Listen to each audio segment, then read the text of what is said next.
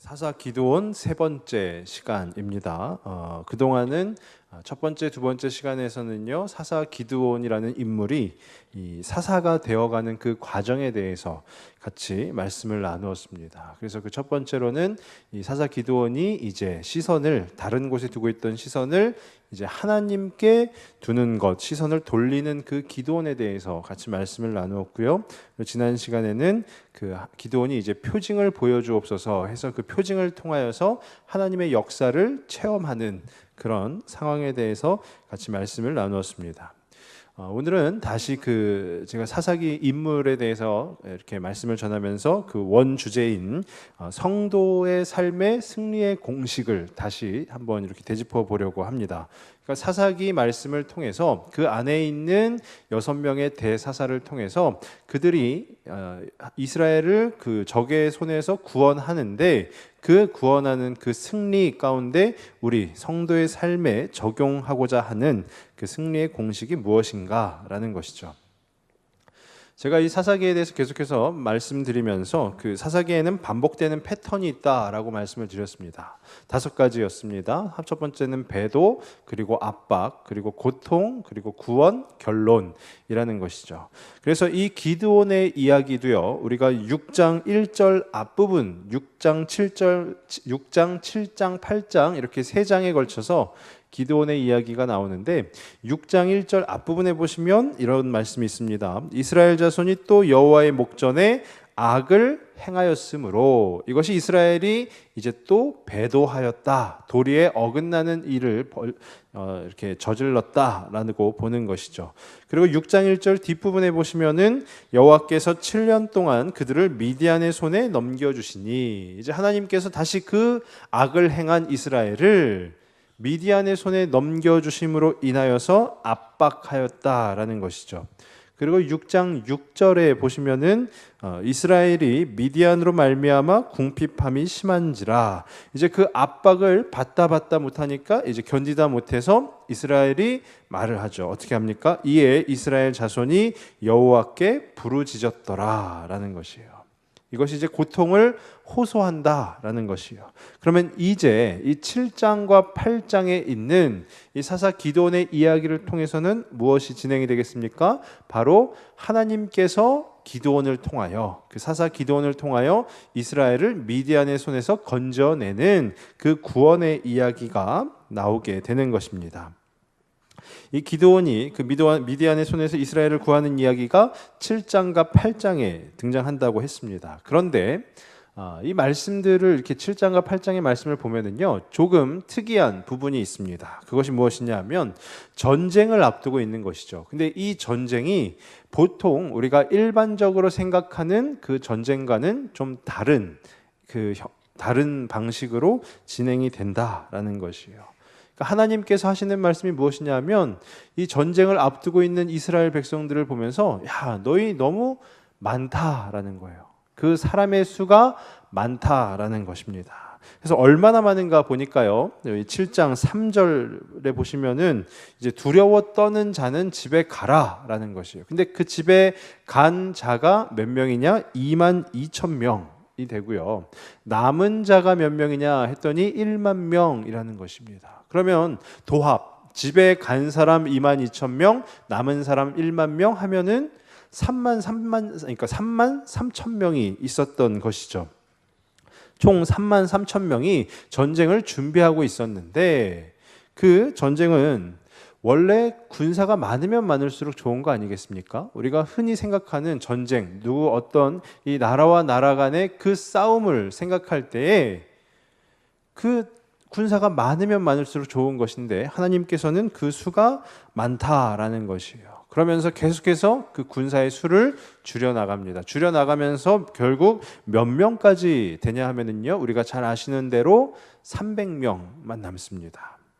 이에 반해서 그 적은 미디안은 얼마나 많다라고 나오냐면은요, 오늘 본문 이제 시작의 12절 말씀인데요, 미디안과 아말렉과 동방의 모든 사람들이 골짜기에 누웠는데 메뚜기의 많은 수와 같고 그들의 낙타의 수가 많아 해변의 모래가 많음 같으니라 라고 되어 있어요. 그러니까 미디안과 아말렉과 동방이 연합을 하였는데 이들은 바로 이스라엘의 적인데 이들의 수가 얼마나 많냐 했더니요. 그 사람들의 수는 메뚜기 때 엄청나게 많지 않습니까? 셀 수도 없을 만큼 많다라는 것이에요. 그리고 그들이 보유하고 있는 낙타의 수도 너무 많아서 해변의 모래와 같다라는 것이에요. 다들 바다에 가보셨죠? 그 바다 해변가에 가면은 거기서 모래 몇 알인지 다 세보신 분 계신가요? 아마 한 분도 안 계실 겁니다. 왜냐하면 셀 수도 없을 만큼 많기 때문이에요. 그러니까 적들은 그렇게나 많은데 지금 이스라엘은 하나님께서 야 너희 너무 많다. 근데 그 많은 게 몇 명이요? 33,000명. 그래서 계속해서 줄여서 나가다 보니까 지금 몇 명 남았습니까? 300명 남았어요. 이것은 일반적으로 생각하면은요 게임이 되지 않는 것이에요. 전쟁이 이루어질 수도 없는 것입니다. 그런데 오늘 본문 가운데 보면은요, 이제 하나의 사인이 주어집니다. 그것이 이제 하나의 꿈으로 등장하는데요. 그 꿈이 무엇이냐 하면 미디안 진영에, 그러니까 그 적의 진영에 보리떡 한 덩어리가 들어가요. 그러면 그 보리떡 한 덩어리가 무엇이냐? 해석을 하는데 바로 기드온의 칼이다라는 것이죠. 기드온은 그 꿈과 그 해몽을 듣고 나서 그것을 사인으로 받아들이는 것입니다. 사인으로 받아들이면서 이제 출정을 하게 되는 것이죠. 자, 이제 나가서 미디안을 무찌르자라는 것이에요. 근데 그 300명밖에 남지 않지 않았습니까? 근데 그 고작 300명밖에 없는데 이 300명을 다 같이 나가는 것도 아니고요. 300명을 세 개의 부대로 나눕니다. 100명씩 100명씩 100명씩 해서 나눠요. 그리고 나서는 또 좀 의아스러운 것은 무엇이냐면 한 손에 나팔을 듭니다. 나팔. 그리고 한 손에는 빈 항아리를 들어요. 근데 그 항아리 안에는 무엇을 감추느냐? 어떤 강력한 무기를 감추는 것이 아니라 그냥 횃불을 감추는 것이에요. 출정입니다. 출정. 출정이 뭐죠? 전쟁에 나가는 것이에요. 인원은 군사의 수는 그렇다 치더라도 전쟁에 나가는데 칼과 창 같은 무기가 없이 한 손에는 나팔, 한 손에는 횃불을 감춘 항아리를 들고 나가는 것입니다. 그래서 나가서 무엇을 하냐면요, 나팔을 불고 횃불을 들고 외치죠. 뭐라고 외치냐면 여호와와 기드온의 칼이다라고 합니다. 그런데 정말 놀라운 일은 무엇이냐면요, 그 미디안 진영이 혼비백산이 됩니다. 그러면서 오늘 말씀 22절에 뭐라고 되어 있냐면요, 22절 앞부분을 제가 한번 읽겠습니다. 300명이 나팔을 불 때 여호와께서 그 온 진영에서 친구끼리 칼로 치게 하심으로 적군이 도망하여 라고 되어 있어요. 300명이 한 일이라고는 그냥 나팔 불고 횃불 들고 그냥 외친 것밖에 없어요. 여호와 기드온의 칼이다 라고 외쳤는데 그 미디안의 진영의 수가 얼마나 많다고 그랬죠? 셀 수도 없을 만큼 많이 있는데 그들이 혼비백산하여서 친구끼리 칼로 치게 하고 적군이 이제 다 도망하였다라는 것이에요. 그래서 그 도망하는 미디안을 이스라엘이 추격하여서 결국 그 전쟁 가운데 승리를 이루게 되었다라는 것입니다. 저는 오늘의 이 말씀을 준비하면서 이 기드온이 미디안의 손에서 이스라엘을 그 구원해내는 그 전쟁에서 승리하는 그 상황을 묵상하는 가운데 일반적으로는 잘 이해가 되지 않았습니다. 그렇지 않습니까? 셀 수도 없을 만큼의 적군이 있는데 우리 아군은 그 수를 계속 줄여나가고 그래서 300명만 남겨놓고 또 이들이 무기를 들고 간 것도 아니고 그냥 나팔과 횃불만 들고 가고, 그런데 이 말씀을 계속 묵상하면 묵상할수록 제 마음 가운데 인정이 되는 것이에요. 어떤 것이 인정이 되냐 하면 하나님이 하신 일이구나 라는 것이죠. 인간의 힘으로 싸워서 이긴 것이 아니라 어떤 굉장히 그 유능한 어떤 그 전략가가 전략을 세워서 전술을 세워서 그 전술을 통해서 승리한 것이 아니라 하나님께서 이 이스라엘을 승리로 인도하신 것이구나 라고 인정을 하게 되었다라는 것입니다. 그러면서 그 기드온이 그 미디안의 손에서 이스라엘을 그 구원하는 그 상황들을 통해서 성도의 삶에서 어떻게 하면 승리의 삶을 살아갈 수 있을지 그 두 가지로 한번 생각해 볼 수 있기를 바랍니다. 첫 번째가 무엇이냐 하면요, 하나님께서 역사하시는 삶이다라는 것이에요. 그러니까 우리 성도의 삶이 하나님께서 역사하시는 삶을 살게 되면 우리 성도의 삶은 곧 승리하는 삶이다라는 것이죠. 이 전쟁은요, 적은 인원으로 승리를 했어요. 300명으로. 또 하물며 직접 싸우지도 않고 승리했습니다. 물론 도망가는 미디안을 쫓아가서 어떤 전투는 있었지만 실제적으로 이 전쟁에서 승리의 요인을 따져본다면 그 싸움이라는 것이 없었습니다. 그래서 2절 말씀해 보시면은요, 그 7장 2절입니다. 7장 2절에 보시면은 이런 말씀이 있어요. 여호와께서 기드온에게 이르시되 너를 따르는 백성이 너무 많은즉 해요. 그러니까 하나님께서 33,000명인데 많다라고 하시는 것이에요. 만약에 제가 그 기드온의 위치에 있었다면 저는 22,000명을 두려워 떨고 있더라도 22,000명을 집으로 돌려보내지 않았을 것 같습니다. 어떻게 해서든지 붙잡아 놓고 어떻게 해서든지 더 훈련시켜서 우리 33,000명 좀 부족하지만 그래도 우리 한번 멋지게 한번 싸워보자라고 했을 것이에요. 근데 기드온은 그냥 돌려보내죠. 그 이후에 4절에 보니까 4절에서는 또 뭐라고 하냐면요, 여호와께서 또 기드온에게 이르시되 백성이 아직도 많으니 10,000명밖에 남지 않았는데 그것도 많다라고 하시는 거예요. 그러면서 8절에서는 뭐라고 하냐면요, 8절입니다. 기드온이 이스라엘 모든 백성을 각각 그의 장막으로 돌려보내고 그 300명은 머물게 하니라. 결과적으로 딱 300명만 남겨놓았다라는 것이죠. 적어도 너무 적은 것이죠. 근데 제 생각에서는 300명만 딱 남았을 때 기드온의 입장에서 오히려 너무 두렵지 않을까라는 생각이 들었어요. 야, 아군은 300명, 적군은 막 셀 수도 없이 많은데 우리 팀은 300명이야. 그러면 굉장히 두려울 거 아니겠습니까? 저들이 쳐들어오면 우리는 그냥 초전박살 나는 거 아니겠어요? 근데 기드온 그 말씀 가운데 보면은요, 하지만 기드온은 하나님 앞에 무조건적으로 순종했습니다. 하나님께서 야 너희 너무 많다 해가지고 돌려보내라 했을 때도 하나님 이게 뭐가 많습니까? 라고 한 부분이 말씀 가운데 전혀 기록되어 있지 않습니다. 무조건 순종을 했습니다. 왜 그랬을까요?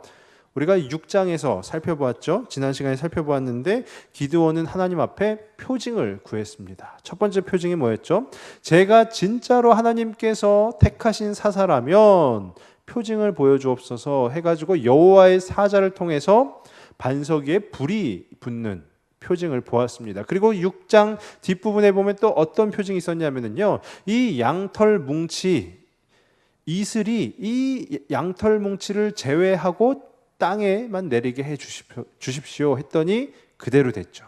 그래서 또 한 가지 합니다. 그러면 이슬이 땅에 내리지 않고 이 양털 뭉치에만 내리게 해 주십시오 했더니 또 그대로 됐어요.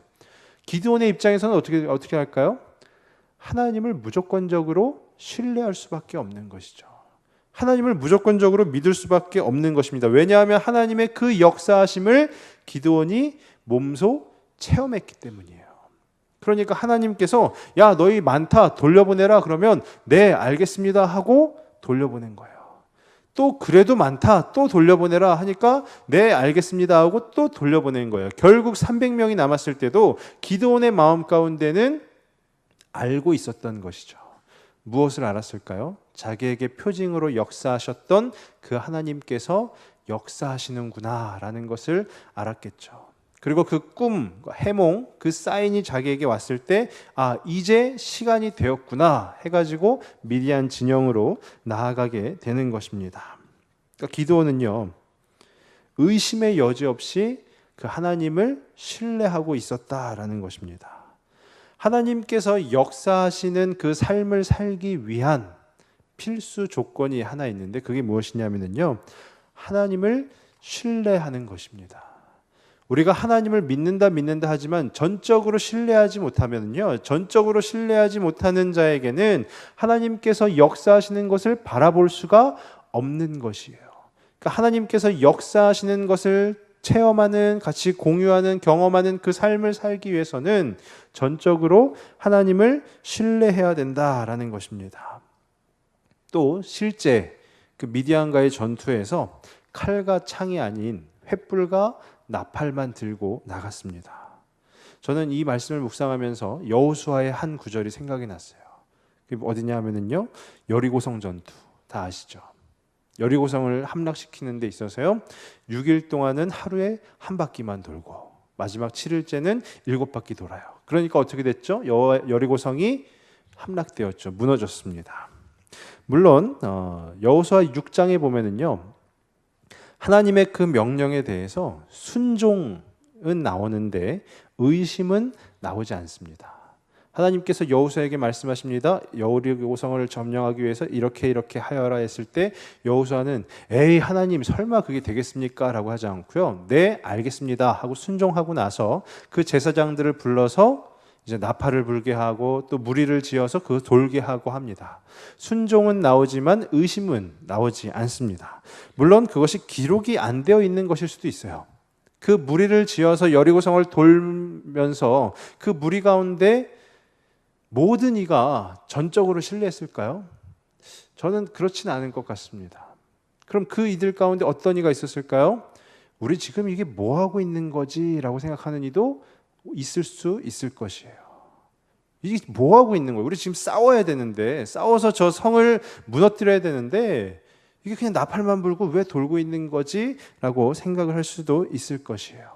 근데 그들은 어떤 이들이냐 하면은요, 순수하지 못한 것입니다. 제가 얼마 전에 저희 아이가 어린이부에서 이렇게 여리고성 함락에 대한 말씀을 배웠어요. 6일 동안 하루에 한 바퀴 돌고 마지막 7일에 7바퀴 돌았으니까 여리고성이 무너졌다라는 그 말씀. 제가 이제 저희 아이하고 같이 슈퍼에 가는 길에 딱 나갔는데 이 친구가 저한테 그러는 겁니다. 뭐라고 하냐면요, 아빠, 우리 교회도 7일 동안 돌면 무너져? 라는 거예요. 이 교회가 7일 동안 돌면 무너지냐라는 것이에요. 근데 제가 좀 아이의 그 상상력이나 아니면 어떤 그 순수함에 이렇게 화답하면서 진짜 그럴까? 우리 한번 해볼까? 했으면 참 좋았겠는데 제가 딱 잘라서 얘기했어요. 그럴 일 없어. 절대 그렇지 않아. 안 무너져. 그렇지 않아. 근데 그리고 나서 그날 밤에 제 마음에 조금 부끄러움이 있었습니다. 무슨 부끄러움이냐면요, 이 친구는 하나님의 말씀을 순수하게 받아들인 거예요. 물론 진짜로 저희 교회 무너지지 않죠. 근데 이 친구는 그 하나님의 말씀 자체를 순수하게 받아들인 겁니다. 그러면서 생각하는 거죠. 아, 진짜 이렇게 돌면 무너질까? 우리 그러면서 또 얘기하더라고요. 우리 목양관 한번 일주일 동안 돌아볼까? 막 이런 거예요. 순수함이 있었던 것이죠. 근데 절대 그렇지 않아, 안 무너져 라고 했던 제 마음에는 무엇이 없는 겁니까?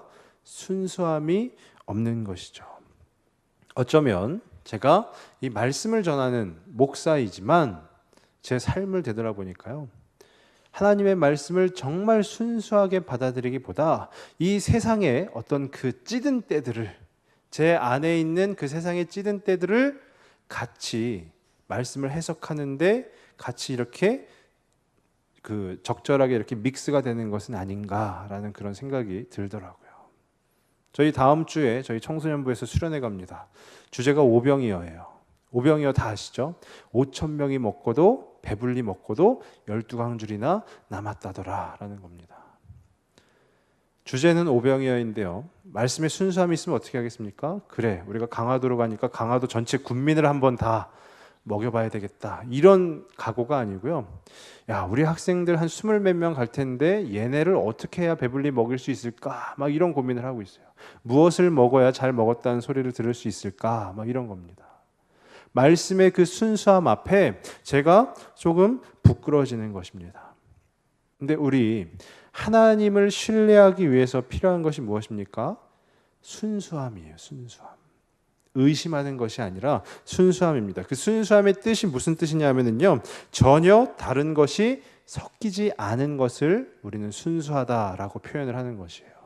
그런데 말씀을 받아들입니다. 말씀을 받아들이는데 순수하게 받아들여야 되는 그 하나님의 말씀을 어느 때인가부터 머리가 컸다고 해서 내 생각을 그 안에 자꾸 넣기 시작하는 겁니다.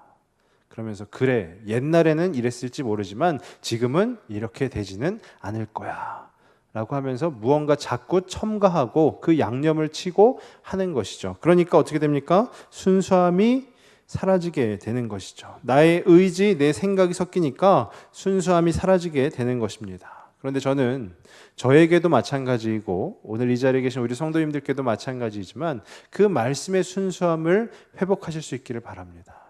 그리고 하나님을 전적으로 신뢰하실 수 있기를 바랍니다. 우리가 하나님을 믿는다 하면서도, 우리가 기도하고 매일 기도하고 하면서도 과연 하나님께서 들어주실까? 과연 하나님께서 행해 주실까? 라고 하는 것 이제 다 치우셔야 된다라는 것이에요.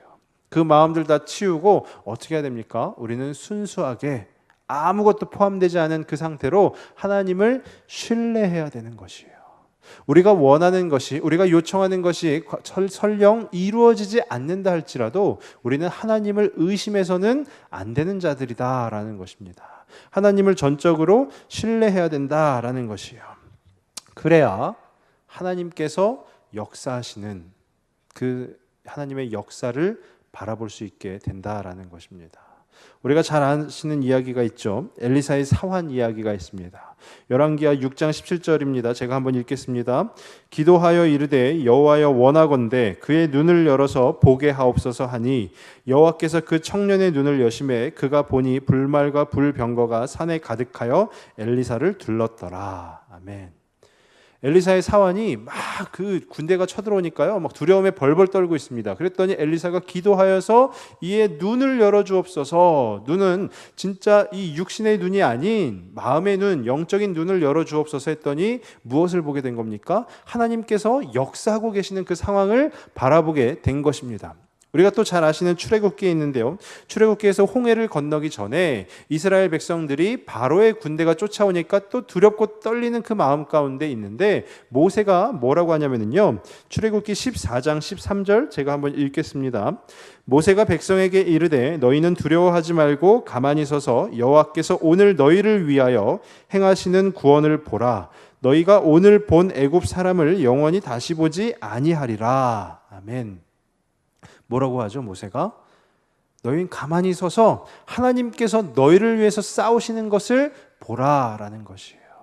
너희의 어떤 생각들 첨가하지 말고 너희의 마음들 첨가하지 말고 그냥 순수함 그 상태로 하나님께서 역사하시는 것을 바라보라라는 것이에요. 그러면 하나님이 다 알아서 해주신다라는 것입니다.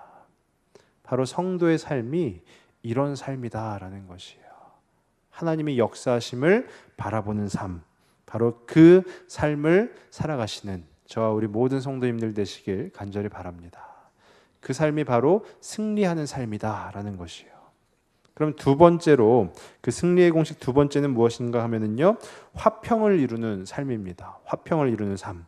이 8장인데요. 저희가 이제 7장 뒷부분까지 보았는데 8장 앞부분에 보시면은 재미있는 이야기가 나옵니다. 그게 뭐냐면은요, 이 에브라임 사람들이, 그러니까 이스라엘하고 화친을 한 에브라임 사람들이 기드온에게 나와서 막 불만을 얘기합니다. 그 불만이 무슨 내용이냐면은요, 야, 미디안을 치러 가는데 왜 우리를 부르지 않았니? 라고 하는 거예요. 미디안의 진영 가운데 전투를 하러 가는데 왜 우리 에브라임 군대를 부르지 않았냐라고 하면서 불만을 막 토로하는 거예요. 근데 물론 그 미디안이, 그러니까 이스라엘이 미디안의 진영을 치고 나서 그 도망가는 자들이 막 도망을 갈 때 그들을 쫓아가서 막 싸우죠. 그때 기드온이 사자를 보내서 그 에브라임에게 알립니다. 그래서 에브라임 군대가 그때 뒤늦게 나와서 그 미디안의 두 방백이 무엇이냐면 이제 왕이라고 보시면 되는데요. 오렙과 스앱을 죽입니다. 그랬지만 이 에브라임의 군대는 기드온에게 불만이 있었던 것이에요. 왜 우리는 이렇게 뒤치다거리만 하고 너희가 미디안의 진영으로 출정할 때 왜 우리를 부르지 않았냐 하면서 나와서 이제 그 계속해서 불만을 토로하면서요. 8장 1절 마지막 부분에 뭐라고 되어 있냐면요. 그와 크게 다투는지라라고 되어 있어요. 그러니까 에브라임 사람들이 와가지고 기드온하고 크게 다퉜다라고 말씀이 기록이 되어 있습니다. 만약에 이 다투는데 계속해서 다투었다라고 한다면은요, 전쟁을 승리로 이끌었지만 그 내부에서 문제가 생겨서 이 승리는 반쪽짜리 승리밖에 되지 못하게 된다라는 것이죠. 근데 기드온이 무엇이라고 했냐면요, 우리 성경을 보시면 8장 2절과 3절인데요. 8장 2절과 3절 두 절 말씀 우리 같이 한번 읽겠습니다. 기드온이 그들에게 이르되 내가 이제 행한 일이 너희가 한 것에 비교되겠느냐? 에브라임의 끈물 포도가 아비에셀의 만물 포도보다 낫지 아니하냐? 하나님이 미디안의 방백 오렙과 스웹을 너희 손에 넘겨주셨으니 내가 한 일이 어찌 능히 너희가 한 것에 비교되겠느냐 하니라. 기드온이 이 말을 하매 그때 그들의 노여움이 풀리니라. 아멘. 이 에브라임이 불만이 막 쌓여가지고요, 기드온에게 와서 불만을 토로하고 크게 다투었습니다. 근데 거기에 대해서 기드온이요, 야, 이번 전쟁은 내가 한 거야, 내가 승리로 이끈 거야 라고 하지 않고요, 뭐라고 하냐면 자기 자신을 내려놓는 것이에요. 자기 자신을 낮추는 것입니다. 그래서 2절에 보면은요, 내가 이제 행한 일이 너희가 한 것에 비교되겠느냐라는 것이죠. 너희가 그 뒤늦게 전쟁에 참여해서 한 그 엄청난 성과가 있는데 내가 한 것은 거기에 비하면 아무것도 아니다라고 얘기를 하는 것입니다. 3절에 보면은요, 하나님께서 미디안의 방백, 그 미디안의 왕 오렙과 스웹을 너희 손에 넘겨주셨다. 그러니까 내가 한 것은 아무것도 아니고 너희가 한 일이 더 훌륭하다라고 얘기를 하는 거예요. 자기 자신을 내려놓고 낮추니까 그 에브라임 사람들의 마음이 어떻게 되었다고 말씀에서 나옵니까? 그때 그들의 노여움이 풀리니라 라고 되어 있죠. 화평을 이룬 것입니다. 싸우지 않고요, 대립하지 않고 화평을 이룬 것입니다. 너희가 행한 일이 이번 전쟁에서 무척이나 값진 일이다. 너희가 한 일이 뭐가 있냐? 내가 다 했지가 아니라 너희가, 에브라임 너희가 한 일이 이번 전쟁의 승리를 이끄는 원동력이 되었다라고 에브라임을 높여주는 것이에요. 화평을 이루고 그들의 노여움이 풀리고 이 승리가 깔끔하게 마무리되었다라는 것입니다. 이처럼 공동체의 화평이라는 것은요, 내가 내려놓을 때 이루어지는 것입니다. 내가 계속해서 야, 이거 내가 했지 라고 하면은요, 그 공동체에는 화평이 들어올 수가 없는 것이에요. 나를 내려놓고 상대를 배려하며 높여줄 때 그 공동체의 화평이 이루어지게 된다라는 것입니다. 그렇지만 실제 우리들의 모습은 어쩌면 저의 모습이라고 할 수도 있겠지만 어떻습니까? 서운하죠. 인정을 못 받으면 서운합니다. 그래서 우스갯소리이긴 하지만은요, 교회라는 공동체의 가장 큰 적이 무엇인 줄 아십니까? 섭섭마귀라고 합니다. 이 마음 가운데 그냥 뭐가 하나 훅 들어왔는데 이게 나를 굉장히 서운하게 만드는 거예요. 저도 예전에 청년 시절에 그런 일이 한 가지 있었어요. 청년부에서 엄청나게 큰 행사를 막 이렇게 진행을 했는데요, 그 행사에 이제 스텝으로 참여를 했습니다. 그러면서 고생이란 고생을 막 다 했어요. 고생이란 고생은 다 했는데 아무도 저한테 행사가 끝났는데 수고했다고 안 하는 겁니다. 진짜 고생이란 고생은 다 했는데. 저 아시죠? 조금만 몸을 움직여도요, 몸에서 이렇게 육수가 잘잘 흐릅니다. 그러니까 고생한 티가 얼마든지 나는 사람인데도 아무도 저한테 야, 수고했어 라고 얘기해 주지 않는 거예요. 행사는 잘 마쳐졌는지 모르겠지만 그날 저녁에 집에 돌아가는데 제 마음이 어땠을까요? 야, 행사를 진짜 하나님께 영광 돌려드려서 너무 기쁘다라고 했을까요? 그렇지 않죠. 뭔가 하나 이렇게 훅 하고 들어오더니 막 섭섭한 거예요. 서운한 거예요. 내가 뭘 한 건가라는. 근데 그 모습은요, 절대로 옳은 모습이 아니다라는 것이에요. 무엇이 옳은 것일까요? 우리 공동체의 화평을 이루기 위해서는 내 자신을 내려놓고 상대를 배려하고 높이는 것, 그게 필요하다라는 것입니다. 기드온은요, 그럴 줄 알았던 사람이에요. 그 전쟁이 마무리된 후에 8장 뒷부분에 보시면은요, 8장 22절과 23절 말씀입니다. 8장 22절과 23절 말씀 우리 또 같이 한번 읽겠습니다. 그때 이스라엘 사람들이 기드온에게 이르되 당신이 우리를 미디안의 손에서 구원하셨으니 당신과 당신의 아들과 당신의 손자가 우리를 다스리소서 하는지라.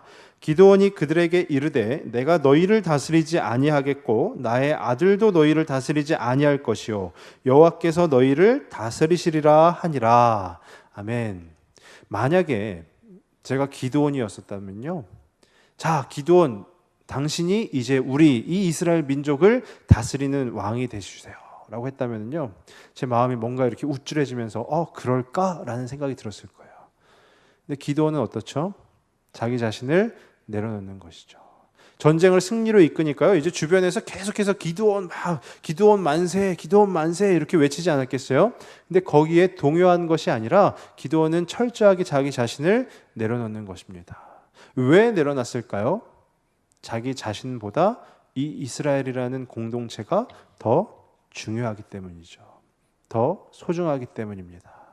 그래서 나도 다스리지 아니할 것이고 내 아들도 다스리지 아니할 것이고 이 이스라엘은 오직 여호와만이 다스리실 것이다 라고 말하고 기드온은 물러나는 것이에요.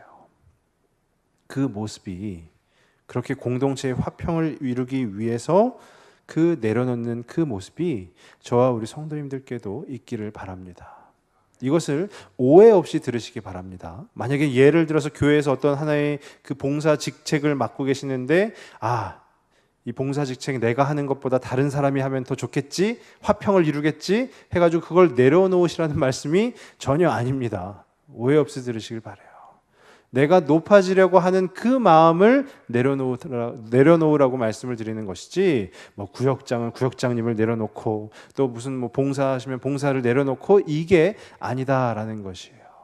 중요한 것은 공동체의 화평을 이루는 것이 중요하다라는 것이에요. 화평은 결국 관계라는 것이거든요. 이 관계에서 제일 중요한 것이 뭐냐면요, 성도와 성도의 관계도 중요하지만 성도와 하나님의 관계도 굉장히 중요하다라는 것이에요. 그러면 어떻게 해야 하나님과 우리가 화평을 이룰 수 있겠습니까? 나는 낮아지고 하나님은 높여지는, 그것이 바로 하나님과 성도의 관계의 화평을 이루는 포인트다라는 것입니다. 어떻게 해요? 나는 낮아지고 하나님은 높여드리는, 그게 바로 경배와 찬양입니다. 경배가 뭐죠? 내 자신을 한없이 낮추는 것이 경배예요. 찬양은 뭐죠? 하나님을 한없이 높여드리는 것이 찬양이라는 것이에요. 그것이 바로 하나님과 나 사이의 화평을 이루는 것이고, 또 그것을 공동체에 적용을 해보면 공동체의 화평을 이루는 것 또한 나를 내려놓고 나를 죽이고 상대를 배려하며 화평을 이루어가는 것, 그게 바로 승리하는 성도의 삶의 모습이다라는 것입니다. 저는 간절히 바라기는 저와 우리 성도님들이 이 공동체의 화평을 이루기 위해서 내려놓는 삶을 사실 수 있기를 바랍니다. 그리고 공동체의 화평을 위해서, 하나님과의 그 관계 속에서의 화평을 위해서 열심히 노력하는 그 삶을 살아가서 우리가 승리하는 성도의 삶을 살아가실 수 있기를 바랍니다.